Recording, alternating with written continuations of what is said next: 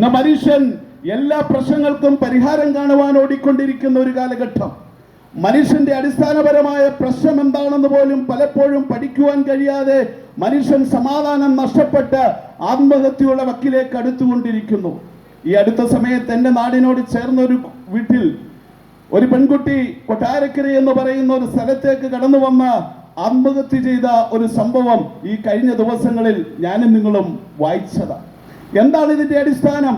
നല്ല വിദ്യാഭ്യാസ സമ്പ്രദായങ്ങൾ ഇല്ലാഞ്ഞിട്ടാണോ? നല്ല ഭരണ സംവിധാനങ്ങൾ ഇല്ലാഞ്ഞിട്ടാണോ? നല്ല കോടതികൾ ഇല്ലാഞ്ഞിട്ടാണോ? അല്ല. മനുഷ്യന്റെ സകല പ്രശ്നവും മനുഷ്യന് തിരിച്ചറിയുവാൻ കഴിയാത്ത നിലവാരത്തിലേക്ക് മാറിക്കൊണ്ടിരിക്കുകയാണ്. പാശ്ചാത്യ രാജ്യങ്ങളുടെ പച്ചപ്പരിഷ്കാരത്തെ പച്ചയായി ജീവിതത്തിലേക്ക് പകർത്തുവാൻ ശ്രമിക്കുന്ന യുവജനങ്ങൾ വർദ്ധിച്ചുകൊണ്ടിരിക്കുന്ന ഒരു കാലഘട്ടം. എന്താണ് മനുഷ്യന്റെ സകല പ്രശ്നങ്ങൾക്കും ഇത്രയധികമായി കാരണങ്ങൾ കണ്ടെത്തുവാൻ കഴിയാത്തത്? ഇവിടെയാണ് പ്രിയപ്പെട്ടവരെ ചോഴിയക്കോട് എന്ന് പറയുന്ന ഈ